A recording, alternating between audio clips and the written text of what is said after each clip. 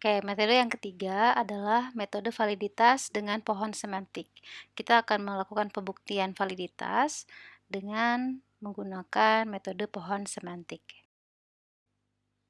Pengujian validitas dengan pohon semantik itu dapat dilakukan dengan cara misalkan suatu argumen itu terdiri atas tiga proposisi yaitu P, Q, dan R. Nah, pohon semantik dimulai dengan cabang tertinggi untuk proposisi pertama yaitu P. Jadi dimulai dari proposisi P, kemudian setiap titik ini memiliki cabang. Cabang tertinggi terdiri atas cabang kiri yaitu untuk kondisi P sama dengan true dan cabang kanan yaitu untuk kondisi P sama dengan false. Seperti ini. Ini adalah level pertama dari pohon semantik yang mana level pertama ini diperuntukkan untuk proposisi yang pertama yaitu P. Nah, pada titik yang pertama ini memiliki cabang. Untuk cabang yang ke kiri itu ditujukan untuk nilai P sama dengan true. Untuk cabang ke kanan itu untuk P sama dengan false. Nah, perhatikan di sini ada penomoran ya. Penomoran 2 dan penomoran 3. Ini ketika nanti dibuka akan memiliki penomoran lainnya. Nah, akan kita lihat pada slide berikutnya. Nah, ini adalah pohon semantik dengan 3 proposisi dan penomoran setiap cabangnya. Apabila nilai kebenaran argumen dapat diperoleh, maka nomor cabang tersebut diisi dengan nilai kebenaran. Contohnya misal, ada suatu argumen, ketika argumen ini kita substitusi nilai A-nya dengan true, misalnya, kemudian kita bisa mengetahui nilai kebenaran akhirnya yaitu misalnya true. Maka, cabang nomor 2 ini tidak perlu dibuka, tapi kita tulis langsung dengan nilai kebenaran true. Tapi apabila dengan diketahui hanya proposisi A saja sama dengan true, kita tidak bisa mengetahui nilai akhirnya. Nah, maka cabang 2 ini dibuka gitu ya. Dibuka cabangnya menjadi cabang 4 dan cabang 5. Seperti itu. Dan apabila terus dibuka, maka kondisinya menjadi seperti ini. Nanti nilai 8, 9, 11, 10, 11, 12, 13, sampai 15 akan diisi oleh nilai kebenaran akhirnya. Nah, ini contoh pohon semantik untuk 3 proposisi. Perhatikan ada 3 tingkat ya. Untuk level pertama untuk proposisi A, di level keduanya untuk proposisi B, dan di level terakhir adalah untuk proposisi C.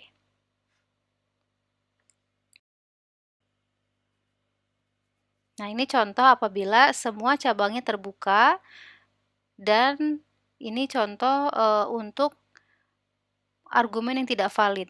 Kenapa? Karena di sini terdapat cabang yang berisi nilai false. Seperti itu. Ini semuanya dibuka di akhir yaitu true, true, cabang akhirnya true dan sampai true. Nah, di sini true maksudnya apa? Nilai true ini diperoleh ketika nilai P-nya bernilai true, Q-nya true, R-nya true, maka diperoleh argumennya true. Kemudian jika P true, Q-nya true, dan R-nya false, maka diperoleh nilai argumennya true, dan seterusnya.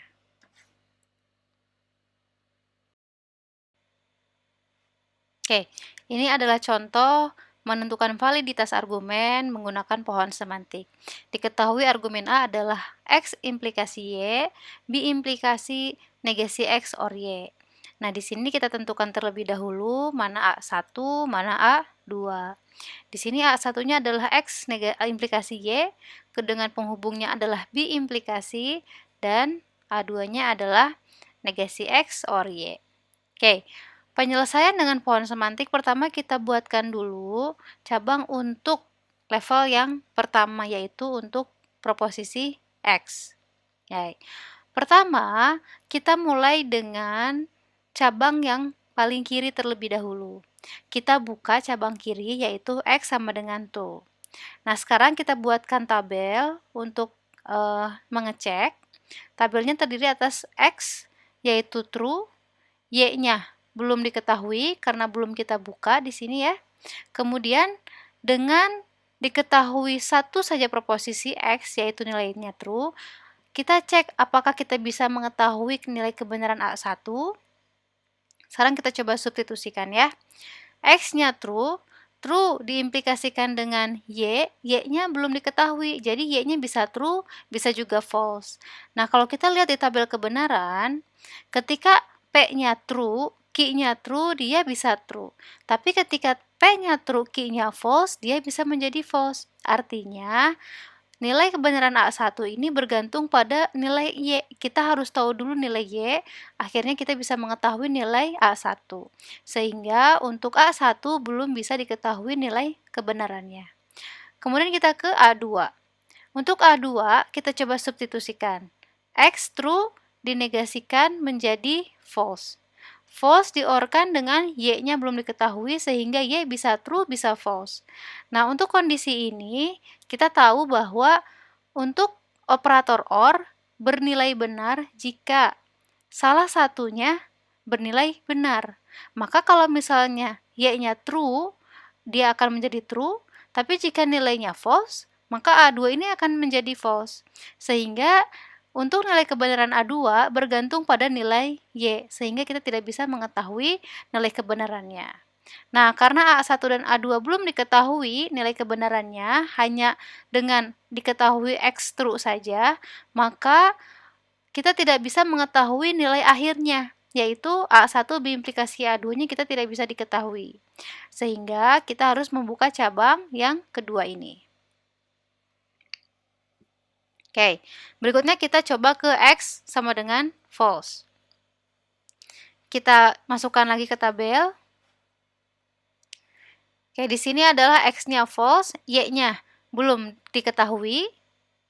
Kemudian kita coba substitusikan ke A1. Perhatikan, kita coba masukkan X-nya false. False diimplikasikan dengan Y-nya belum diketahui. True or false itu apabila kita lihat di tabel kebenaran, perhatikan. Ketika P-nya false, Q-nya true, nilainya true. Ketika P-nya false, Q-nya false, nilainya juga true. Artinya apa? Mau nilai Y-nya true maupun false, jika P-nya dimulai dari false, maka nilainya akan selalu true. Artinya kita tidak perlu tahu berapa nilai Y, kita bisa melihat karena P-nya false, sehingga untuk A1 bisa kita katakan nilai kebenarannya adalah true. Oke, sekarang kita ke A2. Di A2, kita substitusikan false dinegasikan menjadi true. True diorkan dengan Y-nya belum diketahui, bisa true, bisa false. Tapi karena di sini kita sudah tahu proposisi awalnya true, true diorkan dengan apapun, mau itu true, mau itu false, hasilnya pasti true. Nah, di sini karena kita sudah mengetahui A1-nya true, A2-nya true, kita coba masukkan ke sini. True biimplikasi true adalah true. Ingat ya, kalau biimplikasi itu harus keduanya bernilai sama, maka nilainya true.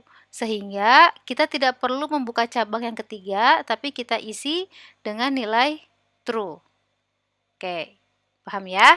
Sekarang kita akan membuka cabang kiri level kedua, yaitu adalah Y sama dengan true. Kita buatkan lagi tabelnya. Di sini untuk yang ketiga, kita lihat dari atas ya, X-nya true, kita masukkan. Di bawah X true ada Y-nya sama dengan true. Nah, kita coba substitusikan untuk A1-nya. True diimplikasikan dengan true, hasilnya true. Kemudian negasi dari true yaitu false. False diorkan dengan Y, Y-nya true. Maka false or true adalah true. Kita kemudian cek untuk A-nya, A1 biimplikasi A2, true biimplikasi true adalah true. Maka untuk cabang di sini kita tuliskan true. Oke, tinggal satu cabang lagi. Kita buka untuk Y sama dengan false. Kita buat lagi tabelnya. Di tabelnya X-nya true. Dari sini ya, dimulai dari sini X-nya true, kemudian Y-nya false. Oke, di sini. Kita coba substitusikan ke A1. True implikasi false, hasilnya adalah false. Kemudian di sini negasi dari true adalah false, diorkan dengan false, hasilnya false. Maka A-nya adalah False B implikasi false, ingat B implikasi itu jika nilainya sama maka nilainya true, adalah true. Maka kita tuliskan pada cabang ini nilainya true. Nah, apabila cabang ujung dari pohon semantik ini seluruhnya nilainya true, maka kita bisa simpulkan bahwa argumen A adalah argumen yang valid. Kenapa? Karena semua cabang pohon semantik bernilai true. Oke, ini contoh menentukan validitas argumen dengan pohon semantik untuk dua proposisi. Nah, sekarang kita akan coba untuk menentukan validitas argumen yang memiliki 3 proposisi. Oke, untuk contoh yang kedua, kita akan menentukan validitas argumen yang memiliki 3 buah proposisi. Untuk argumennya, tolong diperhatikan di sini yang menjadi operator utamanya adalah implikasi. Yang ini ya, bisa kalian lihat dari jumlah tanda kurungnya. Ini tanda kurung yang pertama menunjukkan hipotesis, dan tanda kurung yang kedua di sini adalah kesimpulan. Oke, kita tentukan terlebih dahulu mana A1, mana A2. Nah, ini A1 gitu ya. A1 menunjukkan hipotesisnya dan ini A2 menunjukkan kesimpulan. Langkah pertama, siapkan pohon semantik dengan level pertama, yaitu untuk P. Nah, di sini kita buka dulu P yang sebelah kiri ya, ketika P-nya nilainya true. Oh, maaf, ketika A-nya nilainya true. Kita lihat di tabelnya. Oke. Kita buatkan A, B, C, A1-nya, A2, dan A1 implikasi A2. Nah, di sini sudah ada tabel untuk implikasinya, kita bisa lihat.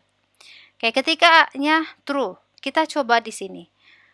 Kita substitusikan ke kalimat A1. True implikasi B.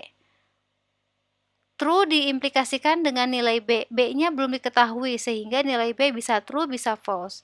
Nah, kalau seperti ini kita tidak bisa mengetahui nilai kebenarannya. Artinya, kita harus tahu dulu proposisi B-nya. Sehingga untuk kalimat yang pertama, nilainya bisa true, bisa false. Kemudian di-AND-kan dengan B implikasi C. B dan C belum diketahui, maka nilainya bisa true, bisa false. Sehingga untuk A1 belum bisa kita ketahui nilai kebenarannya. Oke, sekarang kita ke A2.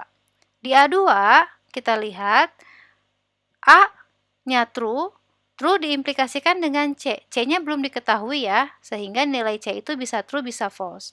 Untuk true implikasi, itu kita bergantung pada nilai Q-nya, yaitu nilai C-nya. Maka kita harus tahu dulu nilai dari proposisi C, sehingga kita juga tidak bisa mengetahui nilai kebenaran untuk A2. Maka otomatis A1 implikasi A2 itu belum bisa kita temukan nilainya, sehingga konsekuensinya kita harus buka cabang 2.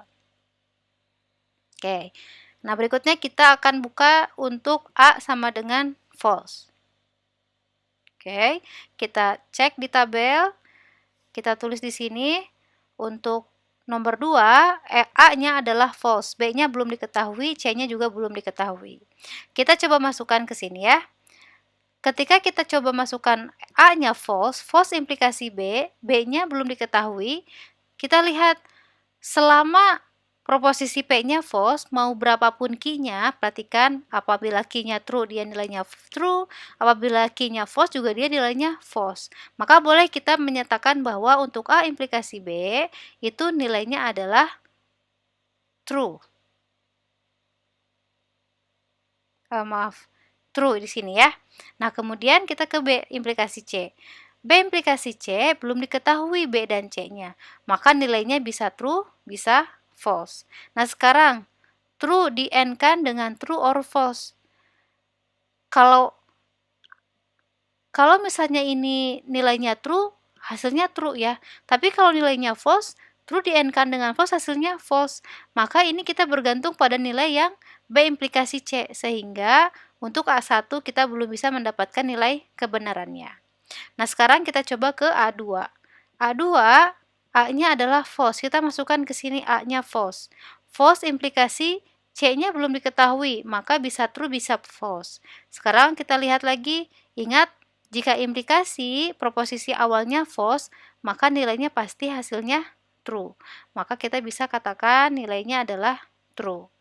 Nah, ketika kita coba untuk A1 implikasi A2, kita lihat, maka di sini hasilnya A1-nya bisa true, bisa false, implikasi true.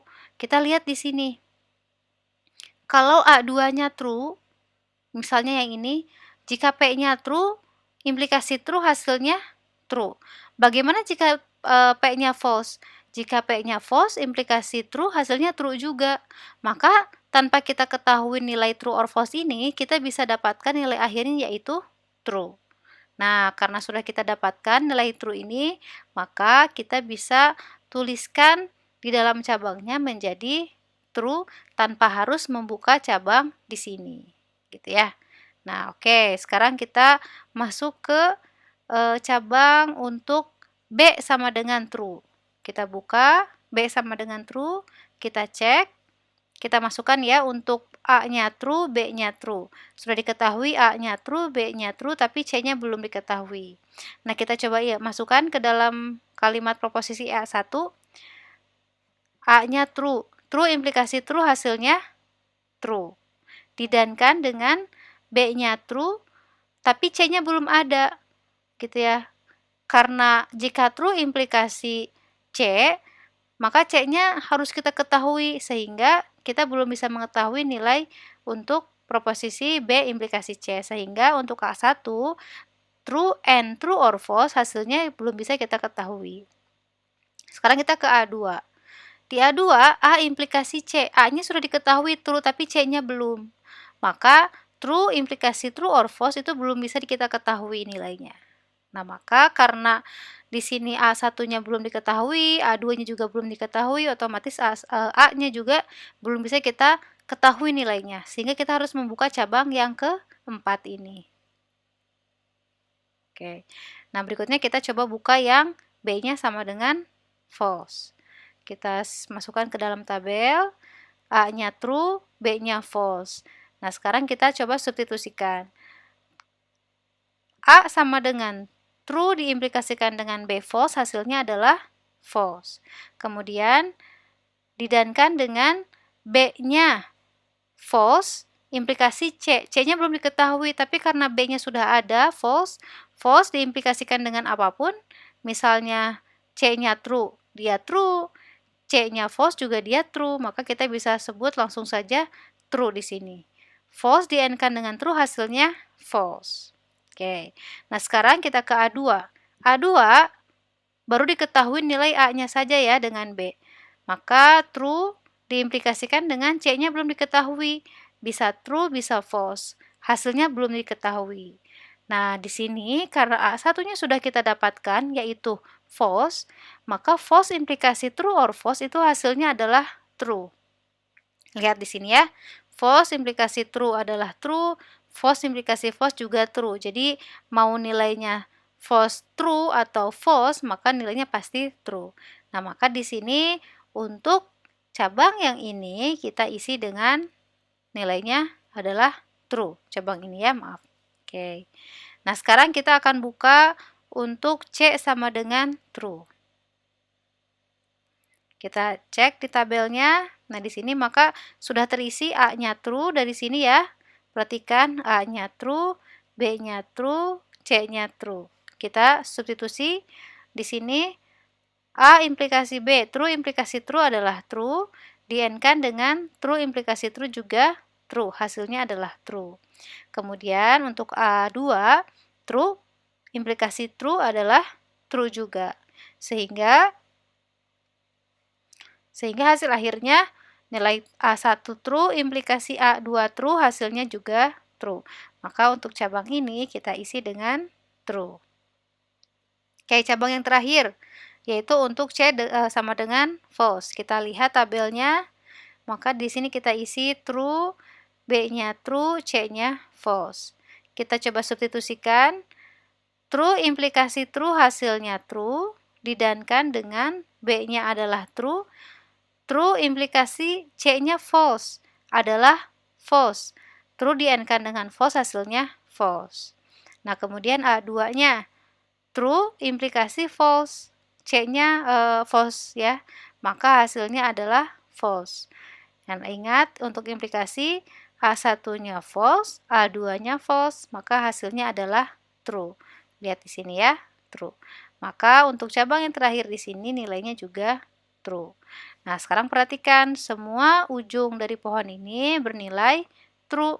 Maka kita boleh simpulkan bahwa argumen A adalah valid karena semua cabang pohon semantik bernilai true.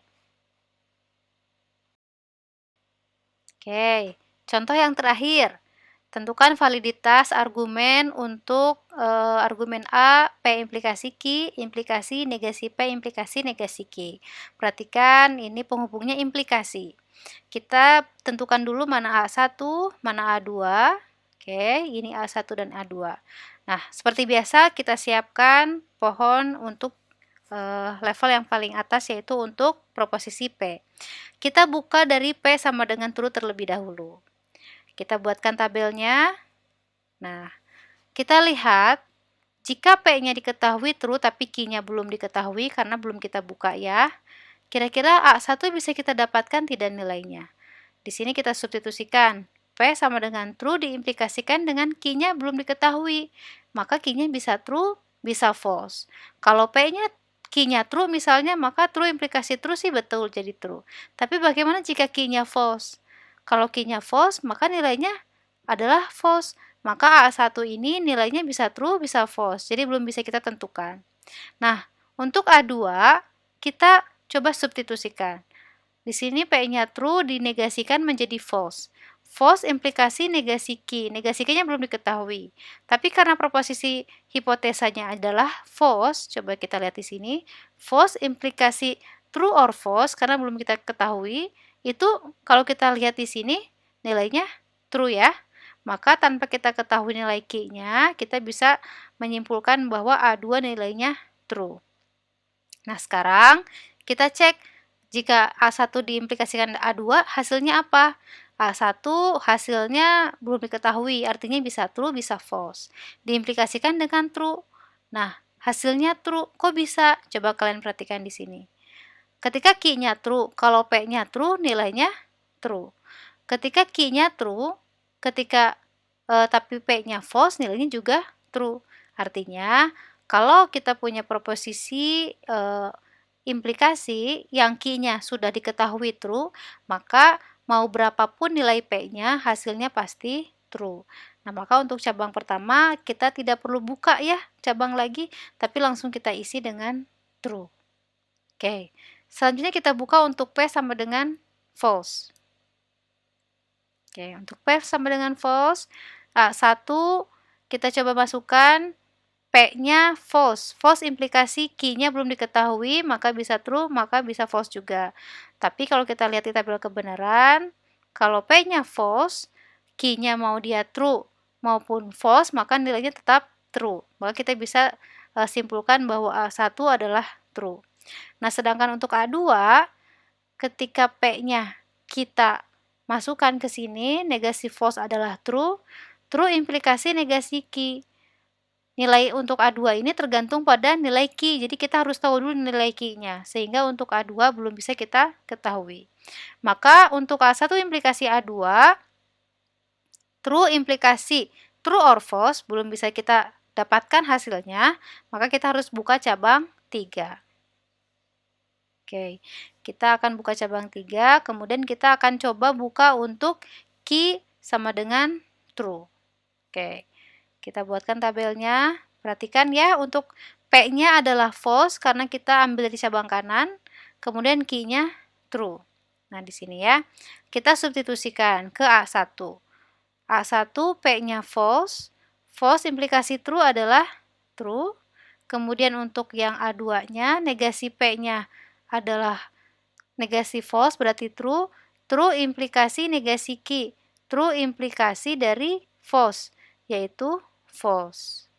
Nah, di sini kita cek untuk A1 implikasi A2.